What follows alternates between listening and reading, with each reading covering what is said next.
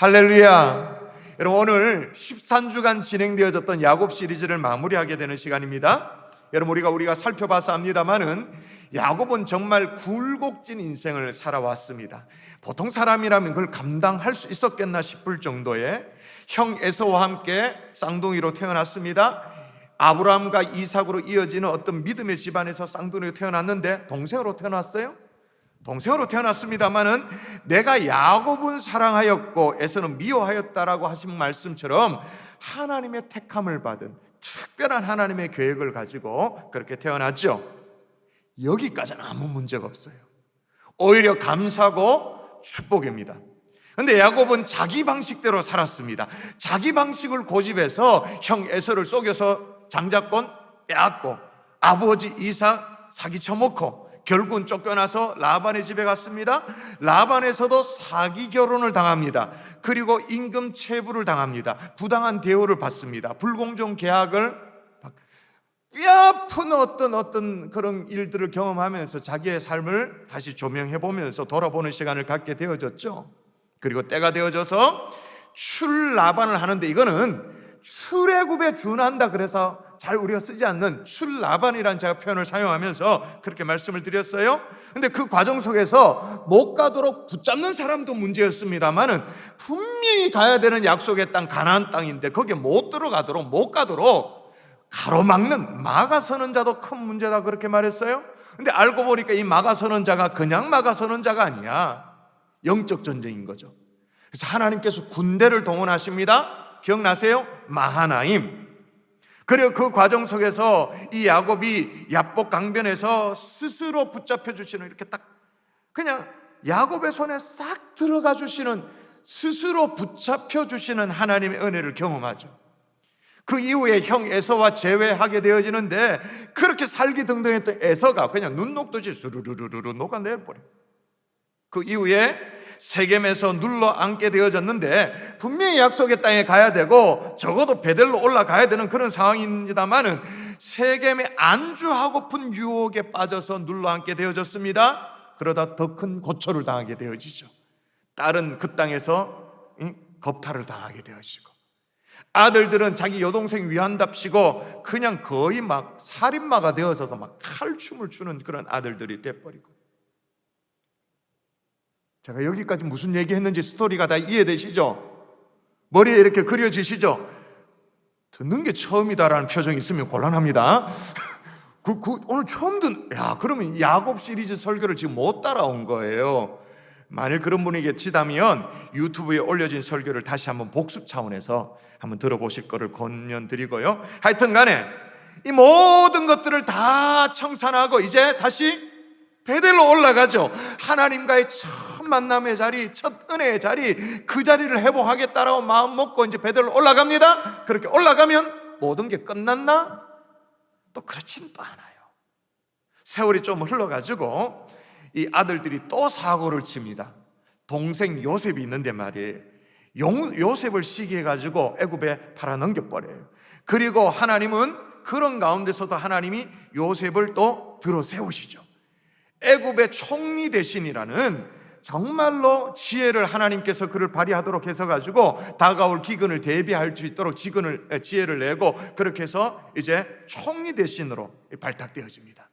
그러면 기근이 애굽 땅에만 있었느냐? 아니에요. 가나안 땅에도 기근이 있었거든요. 기근이 닥쳐서 이 야곱의 집안의 식솔들이 양식이 똑 떨어지니까 저 애굽 땅에는 양식이 있다, 거기에 참 지혜로운 총리가 있어서 거기에는 양식이 많다더라는 소문을 듣고는 양식을 구하려 애굽에 갔다가 총리 대신이 되어 있는 요셉을 만나게 되어지는 거예요.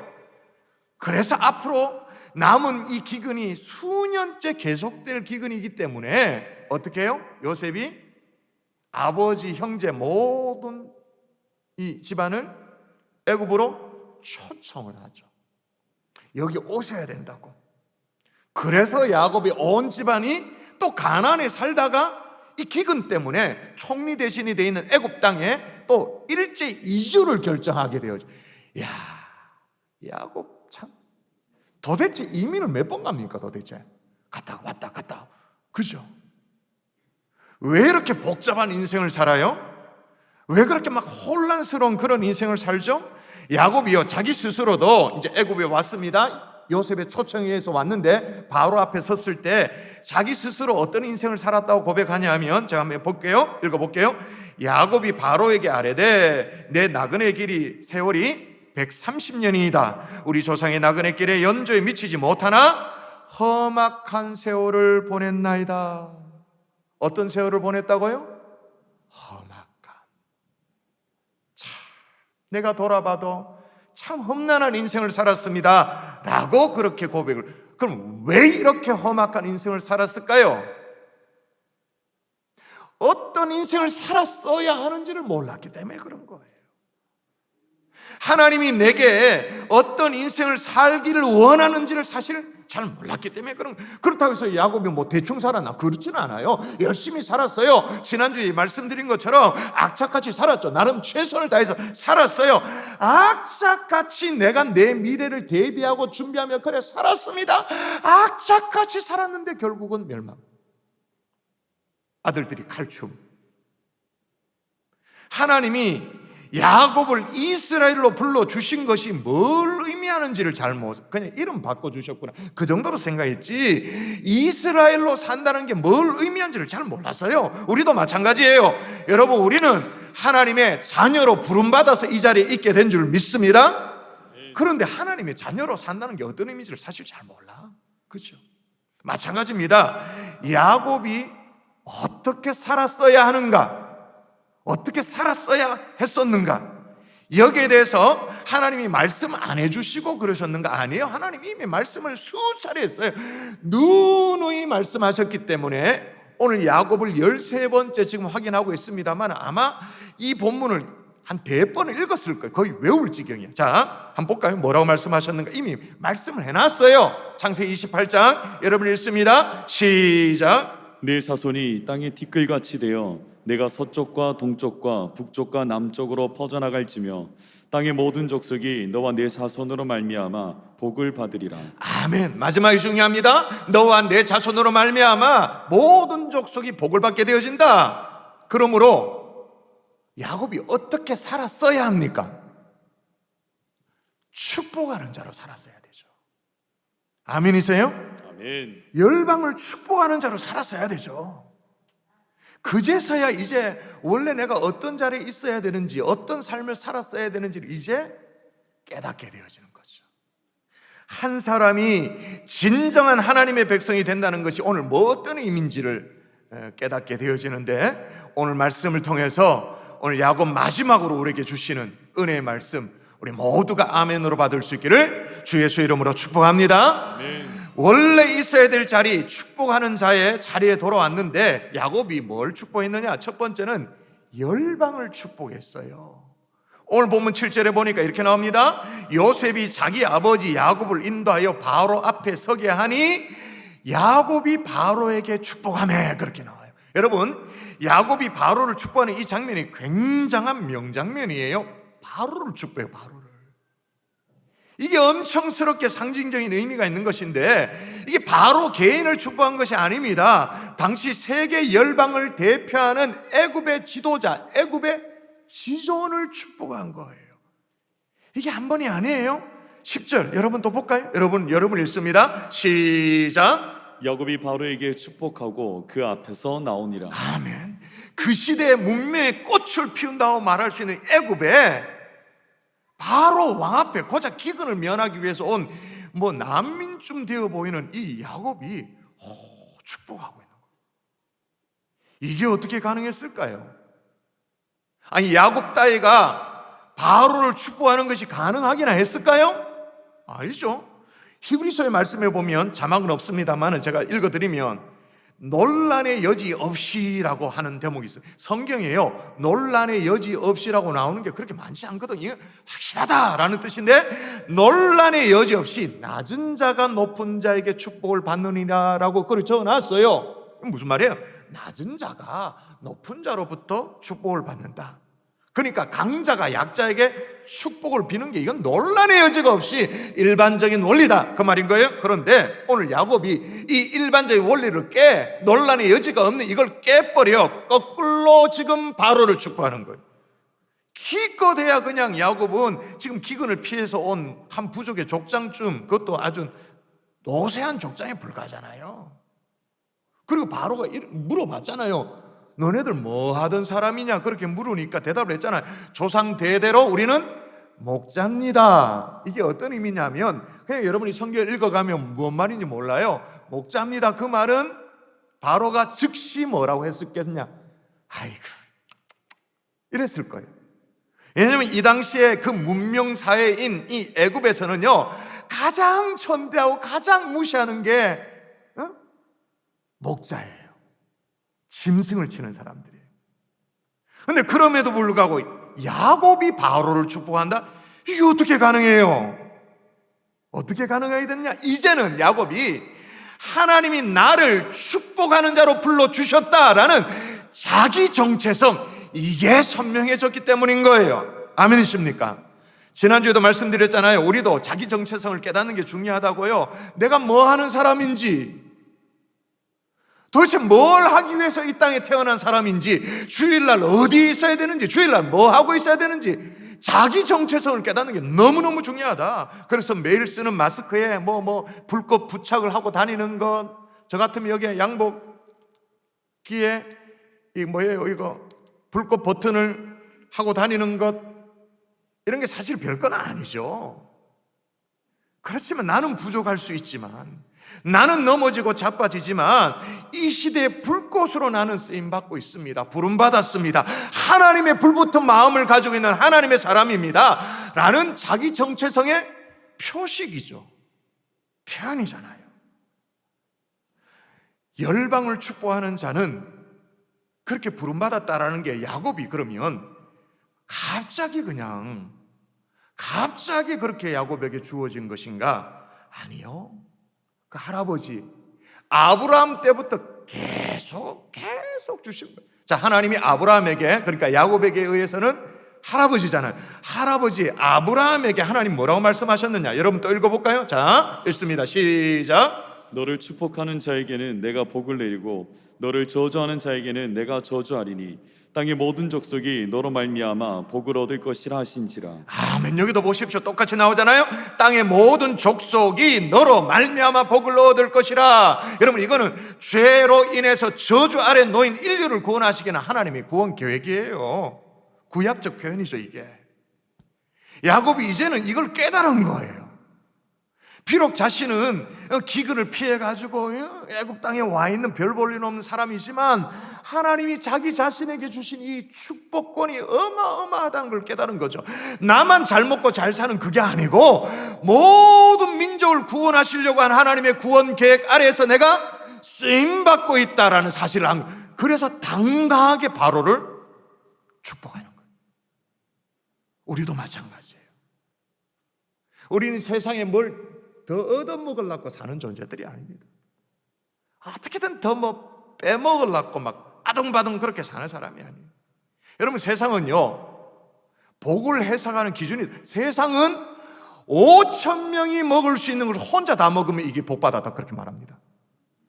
5,000명이 먹어야 될 거 혼자 어구적 다 먹으면 그건 복이다, 그렇게 말하죠. 그러나 하나님의 사람은 내게 아주 작은 것이 있다 할지라도 그걸 나눠서 5,000명을 먹어 살리면 그게 진짜 축복인 줄 믿습니다. 세상에 이런 진짜 축복을 알 턱이 있나요? 모르죠.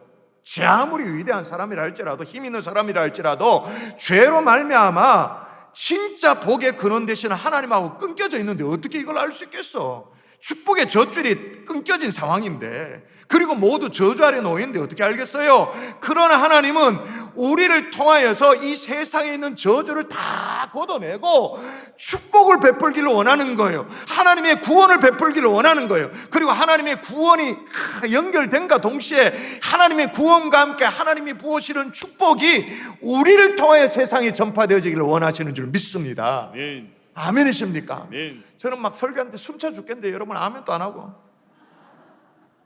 우리를 통하여 구원이 세상에 전파되기를 원하시는 줄 믿습니다. 아멘. 그게 아브라함에게만 그렇게 주신 게 아니고 야곱에게만 그래 말씀하신 게 아니고 우리에게도 그렇게 그런 사명을 주셨다는 말이에요. 아멘. 인류를 구원하기 위한 하나님의 구원 계획, 이해가 되십니까? 아멘. 본당이 덥답니다. 좀 에어컨 틀어주세요. 그러면 좋아요. 야곱은 열방을 축복하는 자로 늦었지만 자기 정체성을 깨달았다 칩시다. 그러면 생각해 보세요.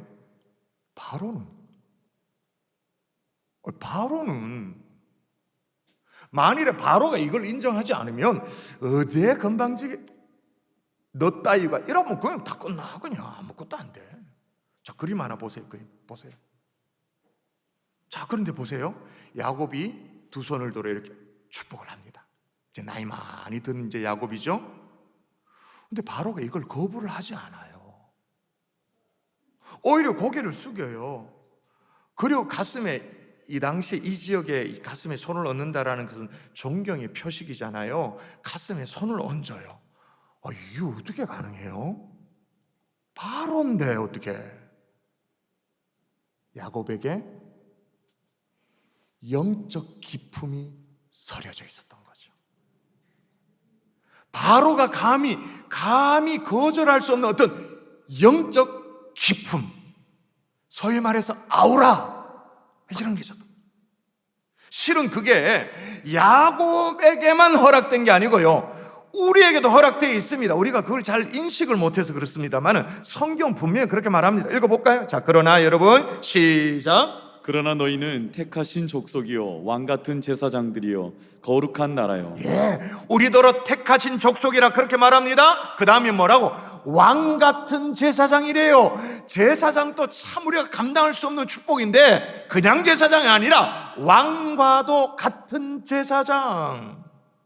여러분, 우리에게도 왕과도 같은 제사장다운 영적 기품, 그 품격, 이게 회복될 수 있기를 주의 이름으로 축원합니다. 아멘. 싸구려 예수쟁이가 아니라 이 뭐랄까 영적 아우라가 있는 그런 예수 믿는 사람, 그리스도의 제자.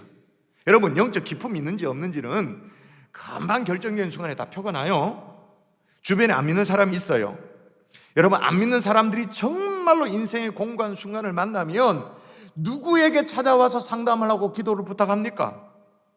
평소에 회식 자리에서 술자리가 막 이제 술이 돌아갑니다. 그러면 예수 믿는 사람들이 그래도 콜라 찾고 뭐 사이다 찾으면 우리더러 별난 예수쟁이라고 왜 분위기 깨고 그러냐면서 막 비아냥거렸던 사람들 있잖아요. 막 직장에서 막 사회생활하면서 음탕하게 막 음란한 얘기 막 하고 그렇게 막 즐길 때 우리가 막 찬물을 끼얹듯이 그렇게 이렇게 좀 자제시키면 우리더러 막 꼰대라고 말하고 왜 그렇게 답답하게 사냐고 그렇게 비아냥거리고 막 비웃었잖아요. 근데 정작 그들의 인생의 고난을 만나면 누구에게 상의합니까? 누구에게 기도를 부탁합니까? 저는 확신하건대 저와 여러분이라고 저는 믿습니다. 아멘. 왜 그러냐? 그들 눈에는 우리가 좀 다르게 보이거든요.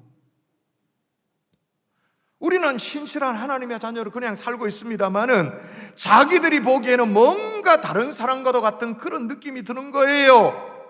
기도를 부탁해 오죠. 근데 여러분, 만일 이런 일들이 일어나고 있지 않다면 우리는 잘못 살아도 한참 잘못 산 거예요. 이런 영적 기품, 영적 아우라, 이게 뭐 세상과 견주어서 우리가 돈이 더 많다, 뭐 힘이 더 있다, 뭐 권세가 더 많다, 이런 게 아니고 영적 기쁨이라는 건 뭐냐? 다른 사람은 몰라도 이 사람은 나를 위해서 기도해 줄 것 같다. 나는 하나님이 누군지 모르겠다, 몰라도 이 사람은 하나님과 굉장히 친한 것 같고 그래서 나를 위해서 기도해 줄 것 같은 그 느낌, 그런 영적 기쁨을 갖추는 하나님의 종들 될 수 있기를 주 예수 이름으로 축복합니다. 아멘. 또 하나 야곱이 당당하게 이렇게 얘기할 수 있는 이유는 뭐냐? 야곱이요, 애굽에 속한 사람이 아니었거든요. 비록 지금은 애굽에 잠시 머물고 기근도 해결하고 식량 구하려고 와 있습니다만은 자기 자신은 가나안에 속한 사람이었기 때문이에요. 만일에 애굽에 속한 사람 같으면 계속 바로 눈치를 봐야 되지. 꼬랑지 살살살살 흔들면서 막 눈치 살피고 그래야 되지. 어디 감히 바로 앞에서 축복하고 그걸 어떻게 해요? 그런데 야곱은 애굽에 속한 사람이 아니었다라는 거예요.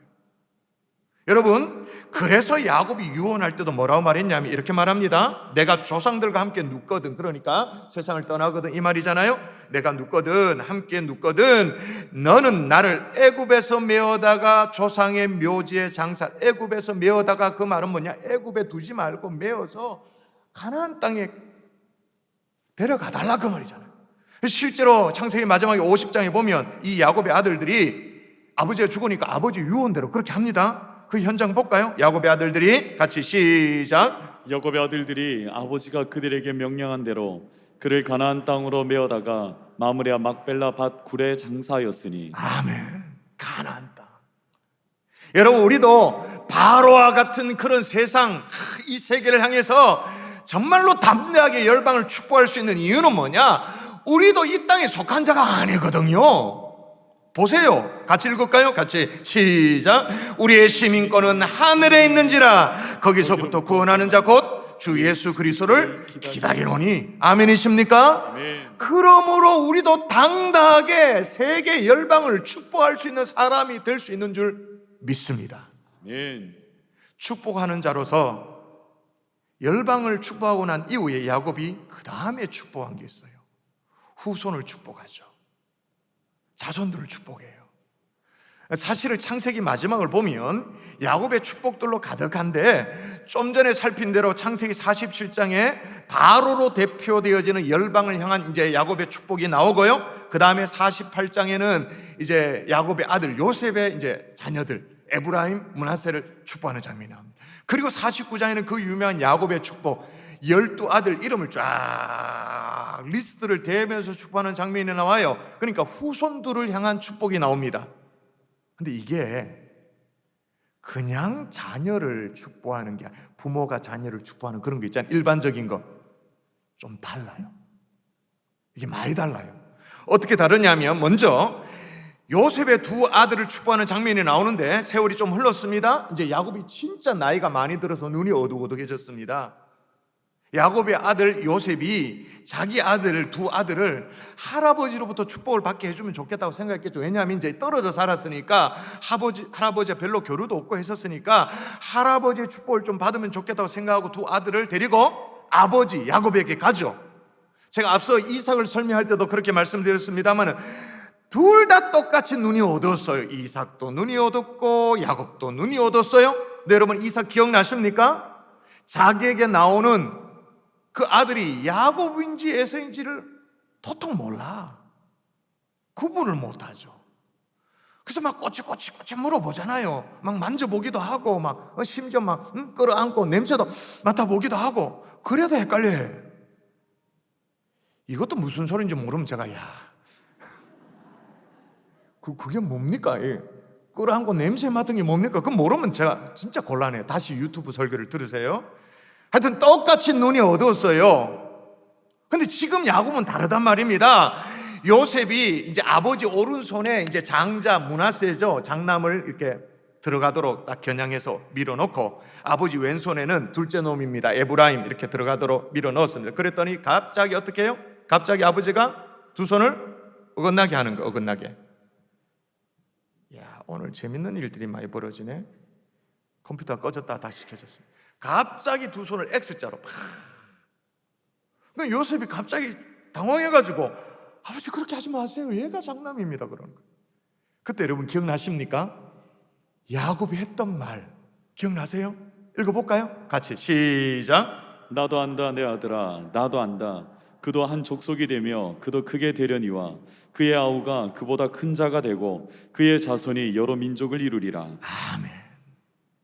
똑같이 눈이 어두웠는데 알아보지 못할 만큼 막 더듬어야 되는 상황은 똑같은데, 그런데 이삭은 몇 번이고 확인하고도 쏘가요. 그 정도로 영적으로 둔감했다 그 말인 거예요.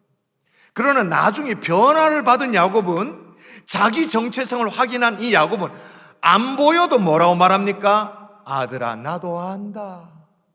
나도 안다. 그래서 어떻게 축복합니까? 에브라임을 축복해요. 동생을 축복해요. 왜?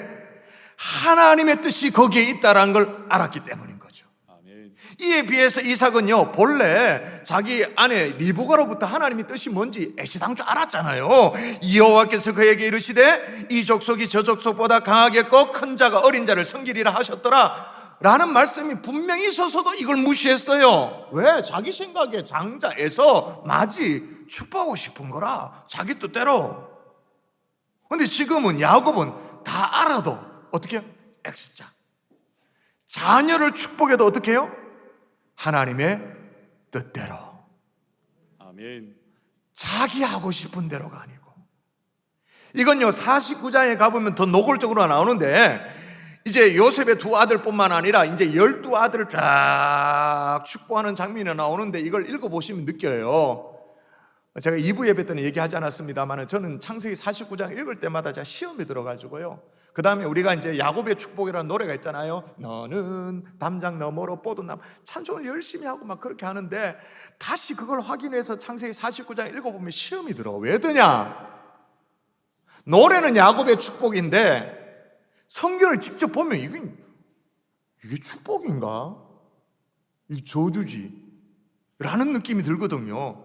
왜냐하면 예를 들어서 유다나 요셉이나 그건 좀 축복처럼 느껴져요. 근데 그 다음 아들들 루벤, 시므온, 레위 같은 경우에는 이게 저주지 싶을 정도로. 확인해 보시면 루벤 같은 경우에 루벤아라고 일단 부릅니다. 너는 내 장자요 내 능력이요 내 기력의 시작. 장자니까 그렇게 얘기합니다. 위풍이 월등하고 권능이 탁월하다마는, 여기까지는 괜찮아요. 괜찮은 내용으로 시작해요. 그 다음 한번 읽어볼까요? 이게 축복인지 저주인지 생각하면서 읽어보세요. 자, 루벤에게 얘기합니다. 시작. 물의 끓음 같은즉 너는 탁월하지 못하리니 내가 아버지의 침상에 올라 더럽혔음이로다. 그가 내 침상에 올랐었도다.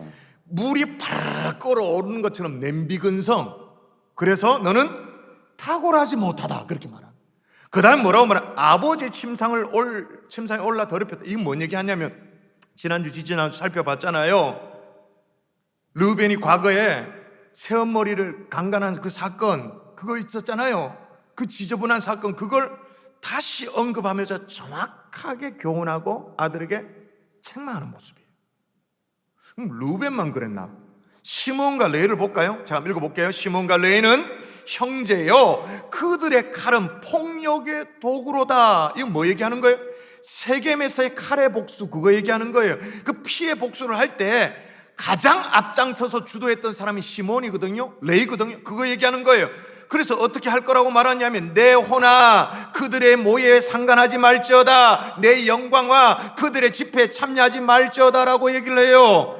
야, 이게 12아들을 향한 축복인지 저주인지 헷갈리는데, 그렇게 쭉 12아들을 하고는 제일 마지막에 이렇게 얘기를 해놔요. 여러분 읽어보십시다. 같이 읽습니다. 시작. 이들은 이스라엘의 12지파라. 이와 같이 그들의 아버지가 그들에게 말하고 그들에게 축복하였으니 곧 그들 각 사람의 분량대로 축복하였더라. 예, 어떻게 축복하였다고요? 분량대로. 각 사람의 분량대로라는 말이 어떤 사람은 이만큼 축복, 어떤 요만큼, 그런 분량이 아니고, 다른 말로 말하면 하나님의 뜻대로. 어떻게 이럴 수가 있죠? 야곱이 지금 나이가 많단 말이에요. 여러분, 원래 이 자리에도 어르신들 좀 있습니다만, 원래 나이가 많이 들면 말이에요, 자식에 대한 지나친 집착이 막 생기잖아요. 없던 애착도 막 생기잖아요. 그래가지고 막 가면 갈수록 더 막 팔이 안으로 굽는다고 그러나, 원래는 사리 분별도 제대로 하고 그런 사람인데, 그런 분인데, 나이가 들면서 내 자식 막 더 귀하다고 싸고 돌고 막 그러잖아요. 막 밀어붙이고 막 그러잖아요.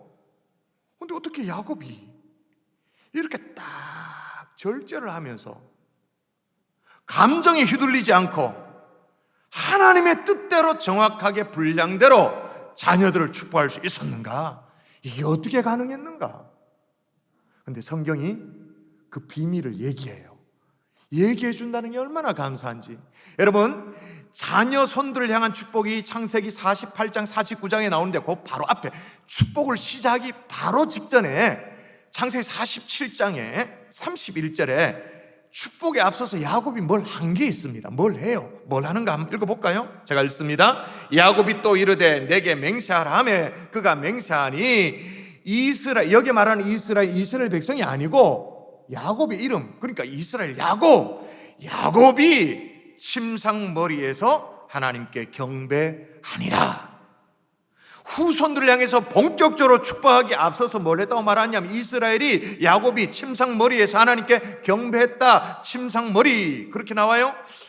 이게 언뜻 생각하면 뭐 어떻게 된 말인가? 침대 모서리 앞에서 막 조아렸다 그 말인가? 아니면 침대 위에 올라가서 무릎 꿇고 뭐 기도하고 뭐 그랬단 말인가? 좀 헷갈려요. 근데 감사하게도 신약에서 이걸 풀이를 해놔요. 그것도 어디서 하냐? 히브리서 11장 믿음장에서 이걸 풀이를 해요. 한번 읽어볼까요? 히브리서 11장 21절 믿음으로 시작. 믿음으로 야곱은 죽을 때에 요셉의 각 아들에게 축복하고 그 지팡이 머리에 의지하여 경배하였으며. 아멘. 여러분 히브리서 11장을 아시잖아요. 믿음장을 아시잖아요. 그 믿음장은 믿음으로 누구는 어떻게 하고 믿음으로 누구는 쫙 나오잖아요. 그런데 야곱의 일평생 이렇게 드라마틱한 인생을 살았는데 모든 것들을 다 거두절미하고 믿음으로 어떻게 살았다고 믿음장에 딱 기록하고 있냐면 요셉의 각 아들을 축복하고 그 다음입니다. 그 지팡이 머리에 의지하여 경배한 것을 가지고 믿음장에 기록하고 있는 거예요. 그게 뭔데? 그러니까 어떻게 되어지죠? 침상머리가 그냥 침상머리가 아니고 지팡이 머리였던 거예요. 지팡이 머리에 의지하여 경배했다 그렇게 되어지죠. 그러면 이제 이렇게 되어지는 겁니다. 야곱은 자기 침상머리 맡에 늘 지팡이를 둔 것 같아요. 그걸 보면 지팡이를 보면서 하나님께 경배했던 그 지팡이가 뭐냐는 거 지팡이. 그냥 늙고 뭐 이렇게 병 들어가지고 늘 이렇게 짚고 다니는 지팡이인가? 아니죠. 그럼 야곱이 그럼 언제부터 지팡이를 짚고 다녔는가? 그건 우리가 압니다. 모르지가 않습니다. 그 옛날 형에서 막 두렵고 떨려고 막 그래 어떻게 하면 좋으냐? 약복 강병에서 뜬 눈으로 밤을 지새울 때 그때 말이에요. 누구라도 지나가는 사람에서 붙들고 막 늘어지고 도움을 청하고 싶은 그런 심정이었는데 하나님이 붙잡혀 주셨잖아요. 붙들고 싶었는데 붙잡혀 주셔서 하나님은 막 씨름하다가 하나님이 어떻게 해요? 환도뼈를 부러뜨리잖아요. 그때부터 짚고 다니던 그 지팡이. 그때 야곱이 뭘 경험했습니까? 하나님에 의해서 자신이 꺾여지는 걸 경험하죠. 불철주야 자기 고집대로 애쓰고 노력하던 그런 야곱이 그 순간 절름발이가 되는 것을 경험한 순간이에요. 하나님 앞에서 뭐라 말해야 될까요? 폭삭 주저앉아지는. 이거 뭐 힘을 쓸 수 있습니까? 그냥 힘이 쫙 빠지죠. 그냥 그대로 주저앉아지는 경험을 합니다. 이제는 자기 힘이 아니라 지팡이를 의지해야 되는, 지팡이가 아니죠, 하나님을 의지해야 되는 그 경험을 했던 그 순간, 그때부터 사용했던 그 지팡이, 그러니까 야곱이 그냥 야곱이 아니라 이스라엘 됐던 그 순간부터 가지고 있었던 그 지팡이. 그러니까 이제 자녀들을 축복하기 전에 그 지팡이를 의지하여 하나님 앞에 경배했다. 무슨 의미예요? 나는 하나님의 지심에 의해서 완벽하게 꺾여진 사람입니다. 그러므로 이제 우리의 자녀들도 하나님의 뜻대로, 그걸 의미하는 거죠. 그런 의미에서 여러분, 우리의 신앙이라는 게 뭘까요? 신앙이라는 것은 하나님에 의해서 어떤 의미에서 치심을 당하는 거죠. 하나님에 의해 철저히 꺾여짐을 당하는 것, 자신의 의지하던 모든 것을 부러뜨리고 깨뜨려져서 하나님의 어떤 치심을 경험하는 것, 그게 어쩌면 신앙이라고 말할 수 있어요. 내 뜻이 하나님의 뜻을 하나님의 뜻이 내 뜻을 막 부수고 들어오는 거죠. 하나님 나라가 나를 부수고 들어와요. 하나님 나라가 밀고 들어오는 거예요. 그리고 나서 이제는 오직 주님만을 위해 살겠습니다라고 고백하는 것, 그게 신앙이라고 말할 수 있겠죠. 근데 무엇까지도,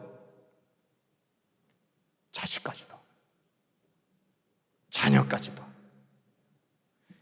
여러분, 우리는요, 각자가 야곱의 지팡이와 같은 것들을 하나씩 다 갖고 있습니다.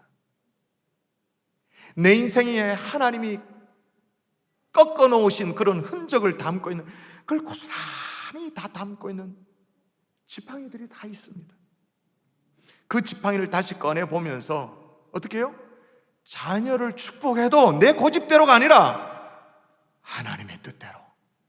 아멘이세요? 아멘. 말씀의 결론을 맺을게요. 야곱은요, 자기 자신이 고백한 대로 진짜 험악한 인생을 보냈어요. 왜 그랬어요? 열방을 축복하는 자로 살았어야 하는데 자신만을 축복하는 자로 살았기 때문에 실은 그것도 진정한 축복이 아니죠. 그러니 인생이 계속 꼬였던 거예요.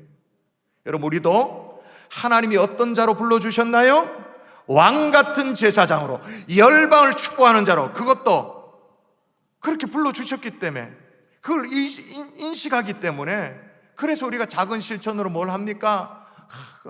아프리카 토고에, 또 아프리카 차드에 막 성경도 보내고, 그죠? 온라인이지만 단기 선교도 하고. 여러분, 터키 대표적인 이슬람 국가입니다, 그죠? 인도, 여러분 매일 뉴스를 보잖아요. 확진자 많게는 30만 명 나올 때도 있고, 하루에도 수만 명이 죽어나간다 그러니까 최근에 그런 뉴스도 제가 봤어요. 인도에서 들개들이 사람을 먹는데 시신이 널브러져 있으니까. 미얀마 군부 쿠데타 이런 것 때문에 시민들이 죽어나가잖아요. 그게 어떤 상황인지. 라오스, 저는 라오스를 생각하면 북한이 생각나죠. 왜냐하면 북한 다음으로 가장 가난한 나라거든요, 동남아시아에서. 여러분, 저런 나라들을 우리가 단기 선교한다 그러면 뭐 하겠어요? 한 줄이라도 기도를 한 번 더 하죠. 한 번이라도 기도를 더 하죠. 그러면서 이 열방을 축복하는 자로 우리가 서는 거잖아요. 그리고 여러분이 낸 그 회비 10만 원, 얼마 아닐 수 있지만 교회가 또 더해서 1+1으로 선교제를 향해서 보내는 거죠.